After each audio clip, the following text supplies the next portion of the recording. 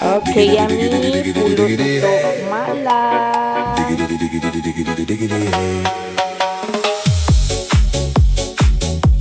Ya, saya datang untuk meminang Mak Lang. Mana Mak Lang? Mana satu Mak Lang? Mak Lang? Ya. Selamat hari lahir.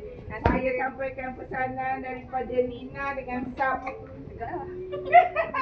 Alhamdulillah. Okay, saya nak bacakan ucapan daripada diorang. Assalamualaikum Mak Lang. Selamat hari lahir Mak Lang Rafidah binti Isa. Moga sentiasa dalam rahmat sallallahu alaihi wasallam, sihat tubuh badan, ceria-ceria selalu. Nanti kami balik masak sedap-sedap ya.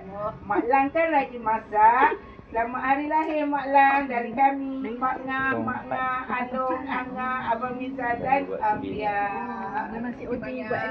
Buat subscribe. Terima kasih banyak Mak Ngah dengan Pak Ngah. Ya. Amin, amin ya Rabbal Alamin. Ni daripada diorang boleh simpan buat kenangan. Selamat hari lahir. Surprise lah, buat surprise.